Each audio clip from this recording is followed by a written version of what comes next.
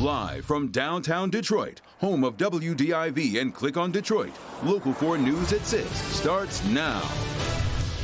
Well, the sun has come out in parts of Metro Detroit, and right now that is not what we need in the weather department. As so many of us cope with the threat of coronavirus, we're now also looking at a threat of severe weather. Yeah, 4 Live Radar giving us a glimpse of what's out there at the moment. But Ben, things scheduled to get worse starting right about now, maybe a little bit later on. Yeah, guys, I think we're probably about 60 minutes away from seeing the first of those storms develop here. But I want to get you the setup. This has changed dramatically since yesterday. We've jumped up all the way to the enhanced category. That's category 3. You see, that's all the orange shading for the majority of southeast Michigan. But where we're seeing the thunderstorms pop right now, those are all in the slight risk area that's out to the west. But look at these temperatures. It is 70 in Detroit. Chicago has hit 80. That sunshine has really started to warm things up. These are the thunderstorms we're looking at right now. They do have warnings on them north of Grand Rapids and further north there just to the south and east of Traverse City. But back home, we don't see any activity right now. Again, we're not really anticipating that we're going to be seeing anything, at least in the short term. But a quick check of the local radar shows that we're really not expecting anything here for about the next hour. So here's the bottom line as we go forward tonight, 6 to 11 p.m. That's the window we're watching. Even though we'll see fewer storms on the front end, they could be the stronger of the two. Most of Metro Detroit will be affected about 10 o'clock. 1-inch hail, 70-mile-per-hour straight-line winds, and the threat of tornadoes. It's all in play, so we'll take a deeper dive inside of this in just a few minutes, guys. We'll be looking forward to it, Ben. Thank you. DTE is letting everyone know they realize how important it is to have power when you're stuck at home, and they've got reinforcements ready to roll. We know that response and how well we can get customers back on is even more important today.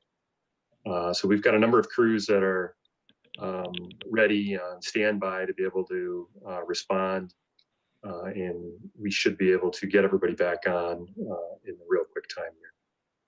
Michigan now has just under 19,000 confirmed cases of COVID-19, an increase of 1,749. The virus has killed 845 people just in Michigan, and that toll picked up by 118 since yesterday. Yeah. The state legislature has voted to extend Michigan's emergency declaration another 23 days. That'll be through April 30th.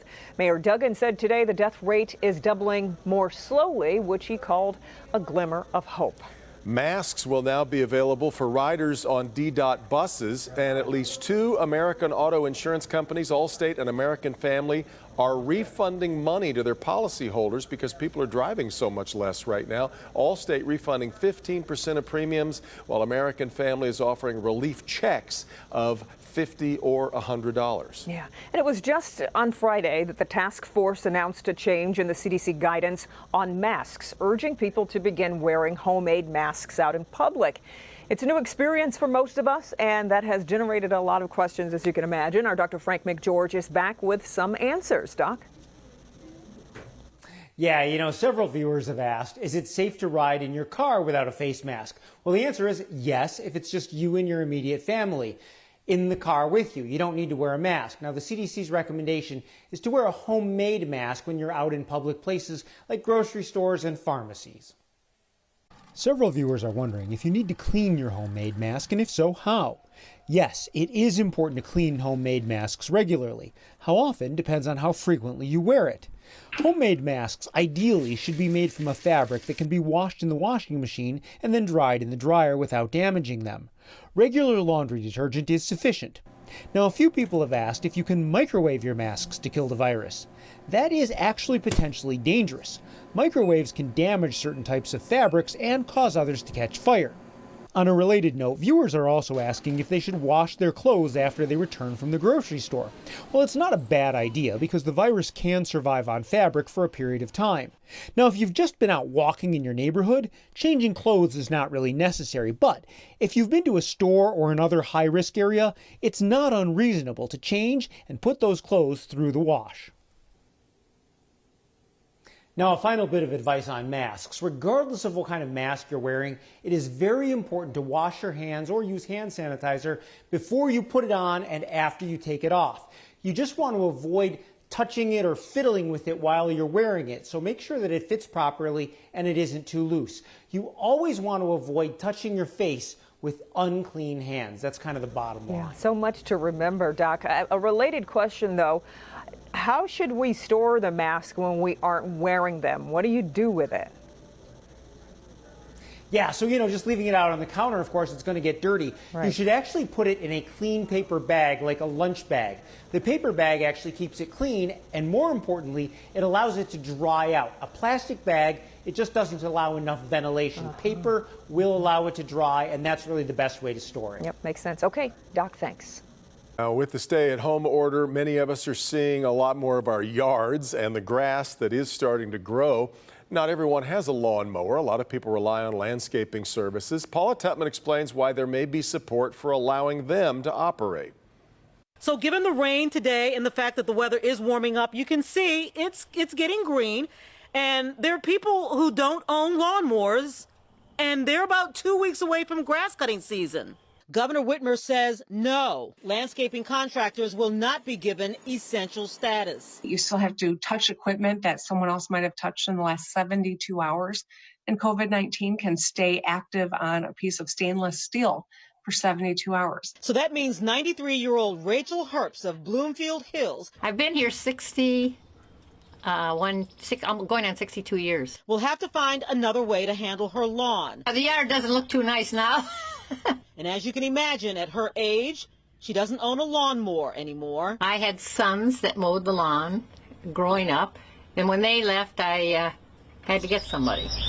Meanwhile, landscapers are mounting a vigorous defense to fight the decision. I understand the need for safety and precautions, and I think we are capable of doing that. We're just at the peak of the beginning of our season. Today, Tim Travis of Goldner Walsh Garden and Home in Pontiac explained that he and others in his industry have already started working on best practices. For example, loading vehicles. Each crew has a set of tools.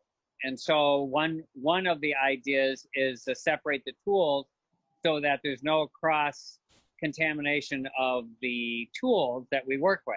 Most likely we're going to try to separate it so that there's only one per vehicle, or have the employees meet us at the job site. And there is some legislative support for the argument. It doesn't make any sense whatsoever to keep those people at home when those same people then can go to the Krogers, the Walmarts, the gas stations, the same choking points that everybody congregates towards that could end up spreading or getting this disease.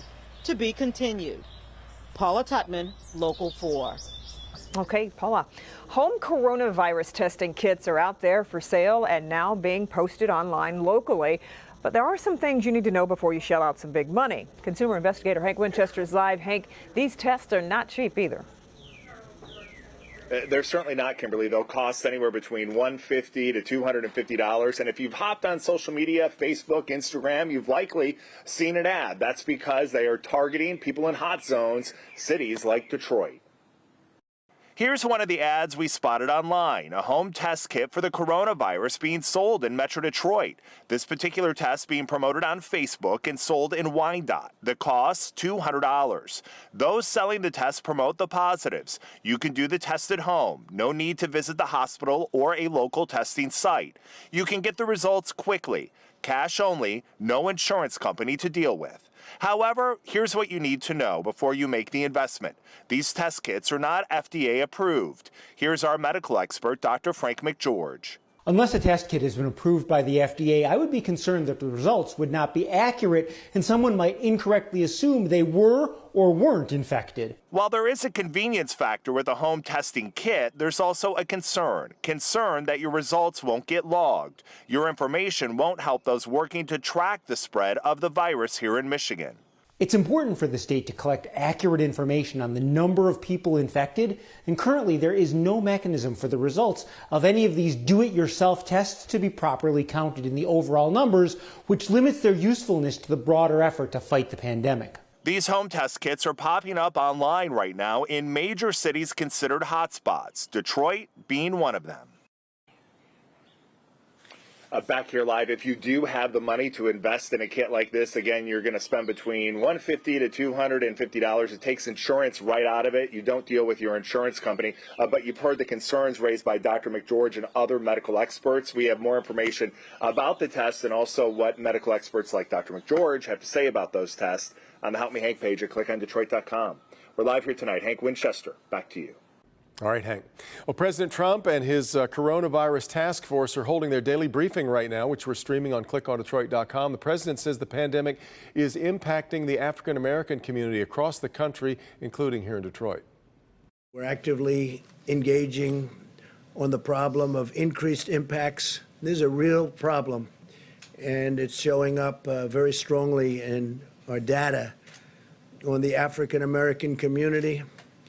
And we're doing everything in our power to address this challenge. It's a tremendous challenge. It's terrible. And provide support to African-American citizens of this country. Again, the briefing continues. Lester Holt at NBC Nightly News will have a full recap coming up here at 6:30. Well, a handful of people is spreading the idea on social media that the rollout of 5G cell towers is responsible for the COVID-19 epidemic. Some of the towers have even been set on fire in the UK. As our Victor Williams reports, it's having consequences here for people who are just out doing their jobs. Yeah, well, the fact that anyone would believe this theory is absolutely mind-blowing, and doctors everywhere are agreeing that these 5G towers have absolutely nothing to do with the spread of the coronavirus. Sadly, that belief is even being seen right here in the city of Detroit. Look at them. That's the big tower right there. It's a video that's been shared thousands of times on Facebook. Masks ain't gonna stop no radiation. Gloves ain't gonna stop no radiation. Showing a man on Detroit's west side questioning workers because he believes that 5G towers are to blame for the global pandemic. While we in the house, they out working. And they secret, they quiet, they know we on game. We gonna tear them down. Unfortunately, this theory has become somewhat of a popular belief on social media. Some YouTube videos falsely claim that there's a link between COVID-19 and the super-fast wireless technology. Even our Dr. Frank McGeorge can attest, this hypothesis doesn't really make any sense. There is no link, none. It is just completely false. Mobile operators have even said vandals set fires to their towers in the UK because of these theories. Evidence that the false claims can do some major harm. Far-fetched conspiracy theories like this are really damaging because they undermine public health efforts to stop the spread of the virus by convincing some people that it's not the real problem. And other social media websites like Twitter cracking down on the spread of this misinformation, hoping to filter out anything that mentions the coronavirus being the result of these 5G towers. Reporting this evening, Victor Williams, Local 4. All right, Victor. Ahead, local nurses trying to keep it together on the job and at home. Karen?